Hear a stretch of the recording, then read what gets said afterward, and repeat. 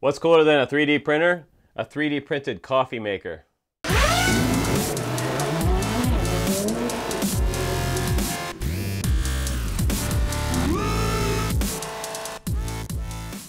Hey guys, welcome to the channel. Today we're going to review the CR-10 and I'm going to do it from a newbie's perspective. I've never owned a 3D printer before, so this is going to be a great insight for people that want to know about 3D printing, that are interested to get into it. Maybe you're going to buy your first 3D printer. Well, this was my first 3D printer, and I'll share my experiences with you so that you can understand what type of learning curve you need to get into this, how hard it's going to be. You don't have to be a computer scientist to do this. Now, I was pretty intimidated by all of this stuff sitting here. When it came in the mail, most of it was already together, pulling it out of the box, and everything looked pretty good. All the cables on here were labeled on the CR-10, and the biggest thing about it was that it printed in a high resolution and it has a large print bed, and it's also a heated bed. That's important for printing something like ABS. And we'll get more into that later. So there's only 3 or 4 terms you need to know for different filaments. It's not super complicated, but there's a bunch of great resources on the internet, and I'll let those guys get more into the technical side of 3D printing. But we'll go ahead and take a closer look at the CR-10. It's under $400 right now from gearbest.com, and I'll try to put a link down below for a coupon for you guys. That's super important. But my first print on this was a really small PLA print, and PLA is great because you don't have to use a super hot bed to do it. You don't have any problems with it coming up off the bed during the print, and that's a big problem with ABS. So my first big project with the CR-10 was my coffee maker, and I decided to get some Hatchbox wood filament. It's a mixture of plastic and kind of like a sawdust filament together with a bonding agent, and it's awesome because when it's printing it actually smells like wood, and after you're done with that print you can take it outside and sand it off, and you can also varnish it to look exactly like wood. So making kids toys or things that you want to make around the house, or even sculptures, you can make whatever your heart's desire is out of wood, and that's super cool for me. So I'm going to get a little more into this, and we'll take a look at the printer first, and then we'll go ahead and jump into some of the experiences I had with my CR-10. Now, this printer came to me in the box already assembled. Mostly what I had to do was put these little T-brackets on the side right here, and I used an Allen wrench set that I had here in my shop, and I was 3D printing within an hour. A good friend of mine came over that's already kind of a 3D expert guru in town. His name is Jeffrey Seymour. Thanks, Jeffrey, for helping me out with that, because otherwise it might have taken me maybe 3 or 4 hours to figure out what was going on, because really I needed to research and look into 3D printing because I've never ever done it before. So this is all new to me, and if you look around my shop, I do a lot of quadcopter stuff. So I wanted to be able to print my own quad parts. A lot of people that watch my channel actually do FPV racing, and we do a lot of stuff for printing GoPro mounts and things like that, but I was printing within an hour, and that's pretty awesome. Now, one of the things that I want to tell you guys to do with your CR-10 is this little bed right here, this little glass plate. It comes with this little glass plate that goes on top of this metal heated surface, and go ahead and get yourself something called build tack. Build tack is this black surface that you see on top. It's a sticky back with a nice flat black plastic top on it, and that helps the 3D prints to stick better, the filament to stick down.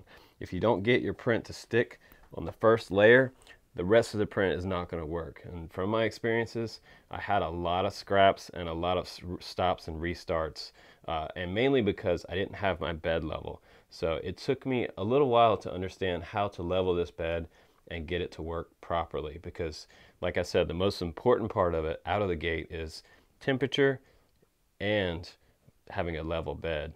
Now, this is what a brand new sheet of build tack looks like, still in the bag, and you've got that little sticky back that you peel off and stick down to your glass surface. If you're not using build tack, this is great because you can use it over and over. Otherwise, you have to use the masking tape that came along with the 3D printer, and that's just not going to be a pleasant experience, having to peel that off and put new masking tape down for every print. So here's also an example of one that I scraped with my scraper, and I ended up putting a hole in this. So once you put a hole in this, it's no longer any good. Now I can still use this piece. I'm saving it because I can stick it back down and I can print over here smaller items in the corners where I didn't put the hole through. Now there's really only a handful of cables you're going to have to plug into your 3D printer to here, and everything is clearly labeled here. Look at this. This is Y right here, and this is Y. This is on the Y axis. And then up here, this is E for extruder. And we have right here Z for the Z axis, and that's going to be your vertical axis. Now, one of the main reasons that I wanted this particular 3D printer to review for you guys is that a lot of them seem too small, and for printing quadcopters and things like that, I wanted to be able to print such a large surface, up to about 12 inches actually. This is measured out by 300 millimeters by 300 back there, and up to 400 millimeters high. Now, that translates to about 12 inches by 12 by 18 inches high. So that's extremely high. I can print really tall rockets. Some of those are free on Thingiverse. The neat thing about this printer is that you can get all the models and stuff for free off of Thingiverse and just download them to your computer. You can open them up in a free software called Cura.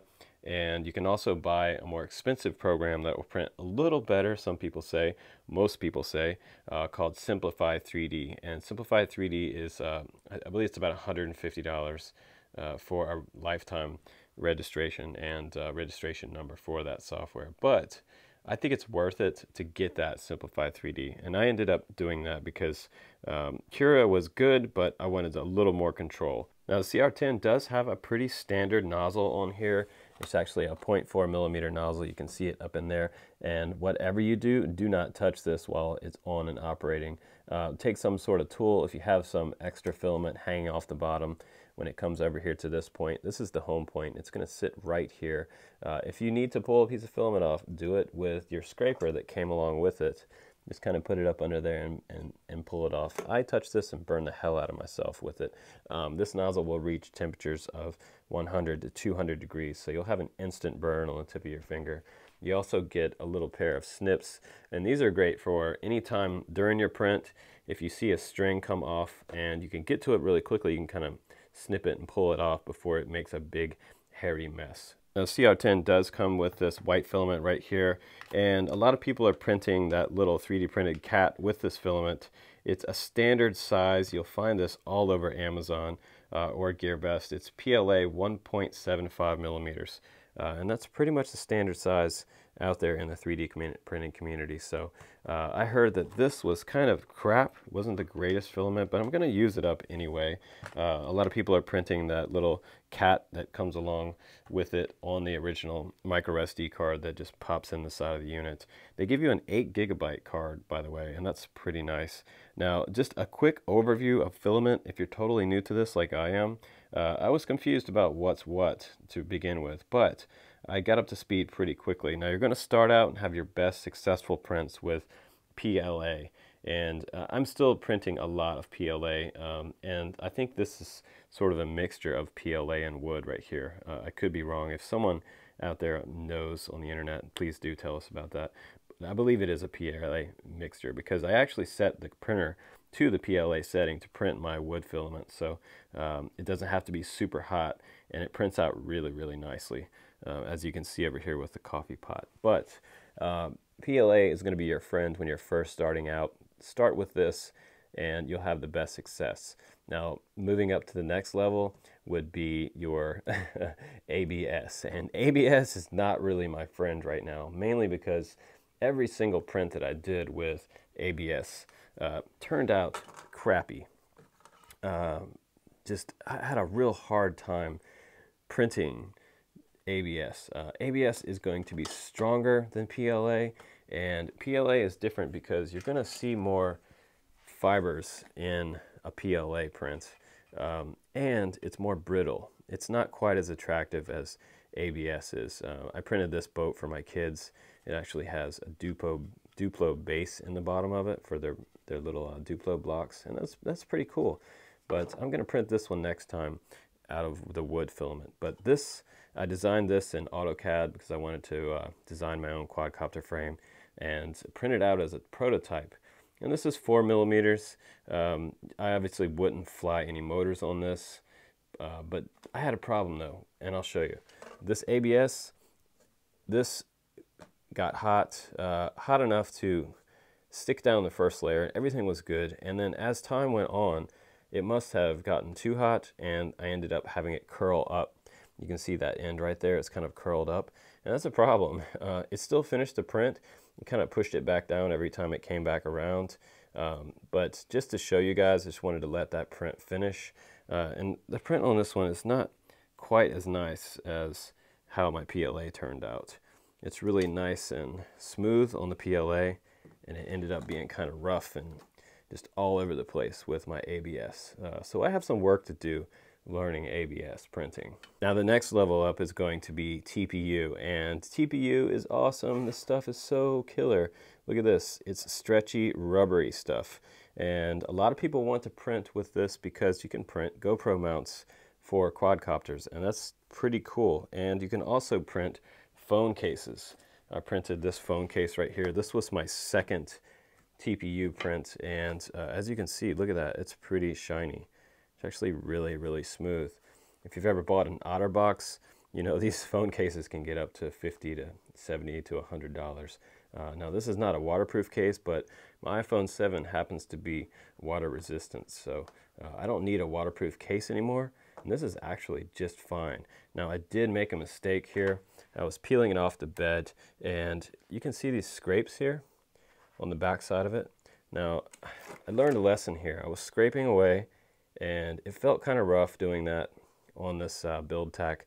And the problem was that I was making grooves in the back of the TPU there. So I scratched up my phone case pulling this off.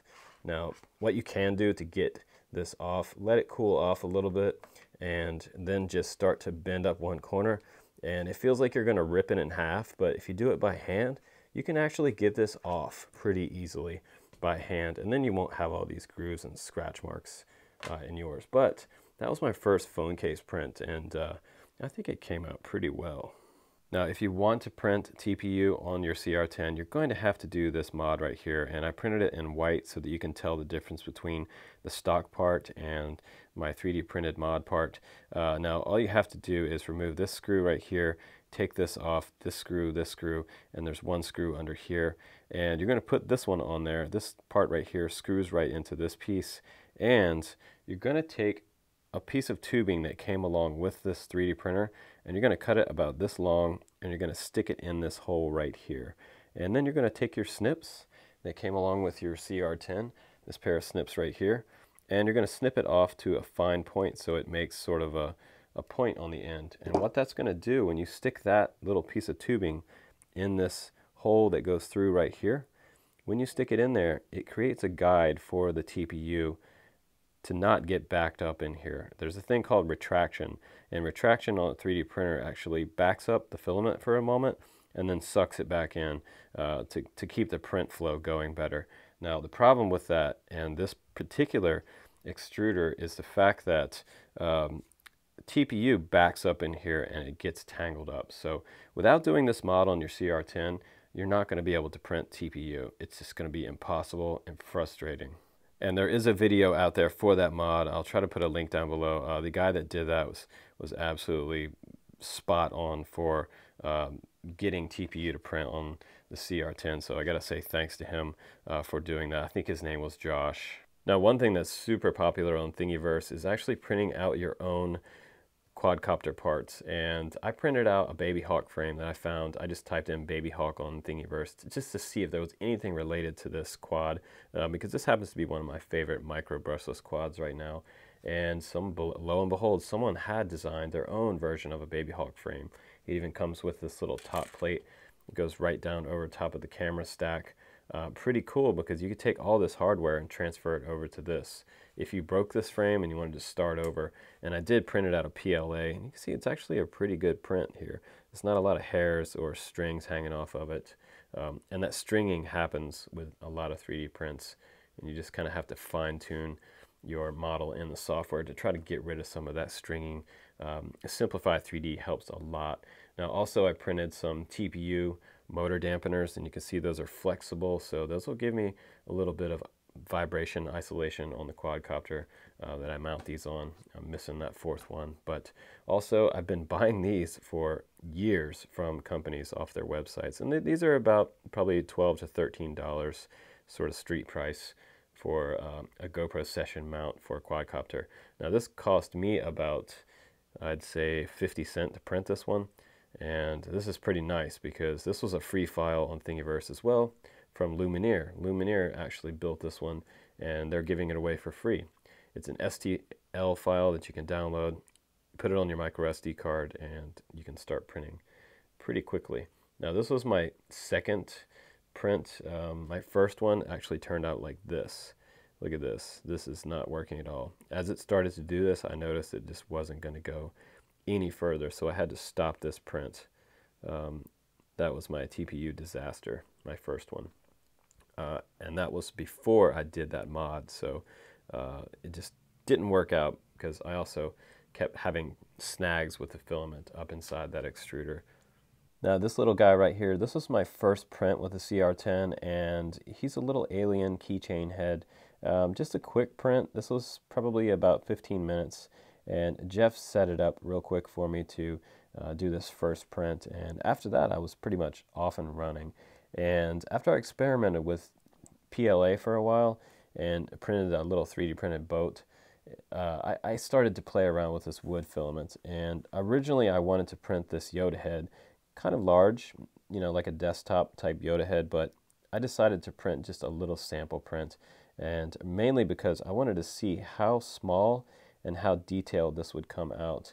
And it ended up being actually pretty detailed. You can see his wrinkles on his face and in his clothes down there, on his ears, and look at his eyes. He always looks like he has a little mustache. But that was my first wood print, and that's kind of cool. And a lot of people were asking if you could print wood filaments on the CR-10, so your answer is yes. And something very, very functional that I printed with this 3D printed coffee maker here, coffee drip stand. This is a pour over drip stand, and I got this from a local place called Mr. Green Bean. This was about $20 for this pot. It makes up to about 3 to 4 cups, and that's perfect for my morning limit. Anything more than like 3 cups and I start to feel crazy. Now the basket on top, you can get that on Amazon as well if you wanted to order either of these. This is a number 2 drip cone. You can also do a plastic version of that. You can get one of those for about $3 or $4, the plastic version. I happen to like the ceramic, but this total print right here took 32 hours. Now 32 hours is a long time to wait for anything, but you just set it up and let it go. And you can see this entire structure come out, and it's a really neat process. But this total print right here for this coffee maker, the print itself cost me about $6. Now altogether about $46, but you can do this way cheaper if you want to. You can actually take this to work, set it right on your desk. All you need is hot water. If you're sharing community coffee at your workplace, you know, kind of the community coffee usually sucks. So it's nice to bring in your own beans, and right at your own desk, you can have your own fresh coffee right there. And you can do it with your mug, or you can do it with a carafe. And this carafe actually came with a top for it. So I have a little rubber top that can go on top and keep it nice and hot. Now I was pretty amazed with the quality of this print, and mainly because it was so large that I was afraid that at some point, somewhere along the print, I would have a snag or something would start having a giant hairball and I'd have a total mess with this filament. But you know what? It actually turned out really well. All of the surfaces on here ended up being really nicely printed, extremely accurate. There was very little hair and fuzzing coming off of this. And also, if you print diagonals on 3D printers, it's harder for a 3D printer to print diagonals and some super hard curves. So this was a great test for this 3D printer, and it did this diagonal support structure right here quite well. Everything is really, really smooth and solid looking. Now this is also after I sanded it off a little bit. There was some kind of jaggy edges on some of the feet down here, and on the underside you can still see right here there's a little bit of material right here that was kind of sticking out, and I didn't sand it too much because this is actually hollow inside here, and there's sort of a honeycomb inside this object, and I didn't want to put a hole in it, but I kind of like that little bit of wood grain on this. Like I said, it kind of makes it look more like wood, but someone walking by in the office looking at that, they would have no idea that it was made out of a wood plastic combination filament. It actually looks like wood. When you pick it up, you realize it's not because it's so super light. This is really, really light. But this was probably my favorite print that I did so far with this one, and probably the most functional print. My most recent print was this iPhone 7 holder, something to sit on the desktop and charge my phone at the same time. And this print came out kind of smooth. Everything looks pretty good. I haven't sanded this one off yet, and I haven't stained it yet. So just wanted to show you what the wood filament looks like without sanding or staining it. And originally I printed it on this bed right here, and this is called a raft. If you're just seeing this for the first time, this actually prints right on top of this, and what this does is if the bed is not completely level, this actually gives it something to stick to and print a little better. If you're new to 3D printing, this helps out a lot, and this just peels right off the bottom, separates, and it creates this little sort of honeycomb underneath. Kind of looks like a piece of toast. When it first started printing, I'm like, oh, I'm making toast, but it peels right off the bottom and you end up with something like this. And this is pretty cool. So I'll sand this off a little more, and I'll go ahead and put some varnish on it next. And I use this little can of wood finish. It's a red oak 215, and it goes on quite nicely. And it'll end up looking like that. So pretty sweet. I like this wood filament a lot. Now starting this 3D printer is super simple. You just come back here, flip the on switch back there. You get this little load up screen right here, and it shows you some information on there. Not super complicated. I like the fact that it does have this dial right here. If you press on it once, it takes you in the menu, and then you have a few different things to choose from. You can prepare to print PLA right here. You can preheat for PLA, or you can preheat for ABS. You can go back to the main, or you can do auto home. If you hit auto home, it'll actually take the extruder and put it where the print is going to begin from. And like I said, try not to touch that nozzle if you can help it, to remove this filament, because it gets really, really hot. Now I also bought some glue sticks. Some of the other guys were saying that to use glue sticks right before the print is about to start. They put some glue down on this bed right here, and it's supposed to help the PLA or ABS stick to the surface, the print surface, a little better. Now, it didn't work out for me. It actually kept peeling up when I was trying to print ABS, so I might try that with PLA and see how that works out. But it's pretty easy to bring your file over here. It does external printing, so you have a little slot on the side over here for an SD card. You just pop your SD card right in here, and you go to where it says initialize SD card right here. You click on that, and then it's going to load the card up, and you'll be able to choose the file. And once you choose the file, it'll just start automatically going to the heating process. It'll heat up the nozzle and the bed. It also tells you the fan speed here. And after about 10 minutes, it should start to work on your 3D print. It actually initialize. It's going to go over to the right here, and then it's going to go out to the middle. And as it's going over to the right, it's actually going to lay down a line of filament. So it's just clearing the nozzle before it begins to print. So that's about it of this total newbie review of the CR-10. Hopefully that gives you a perspective from someone who's not a complete 3D printing expert. I was able to print various different filaments and do a model in there and get this thing working within about a week and a half, so that I'm printing all kinds of different filaments. Now I am still having a learning curve with ABS. It's very challenging, but I will definitely get it figured out. I had some curling with that ABS. It just wouldn't stick to the heated bed quite well. Maybe the CR-10 the bed is not hot enough, or maybe I had it too hot.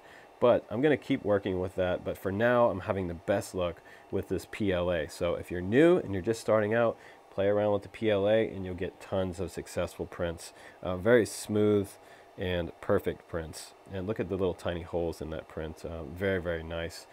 The nicest thing about this was that I was able to do some really extremely functional prints. Something that cost me about $10 to make that, my iPhone 7 dock holder, and some toys for the kids, and some cool accessories out of this rubber TPU. So I'm super excited that it'll actually print TPU. I did a couple mods with it to make it work.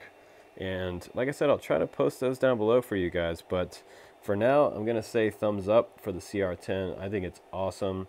And all the other guys that claimed it was the best 3D printer, I might have to agree. Mainly because of the scale of it, the size of it, and the variety of different filaments you can print with it. So one of my next tests, I'm going to print carbon PLA combo. There's actually carbon nylon, PLA, ABS, all kinds of different carbon mixture filament that you can get. So you can look those up on Amazon as well. But that's about it for this review, guys. Thanks for hanging out. This was a lot of fun, the CR-10.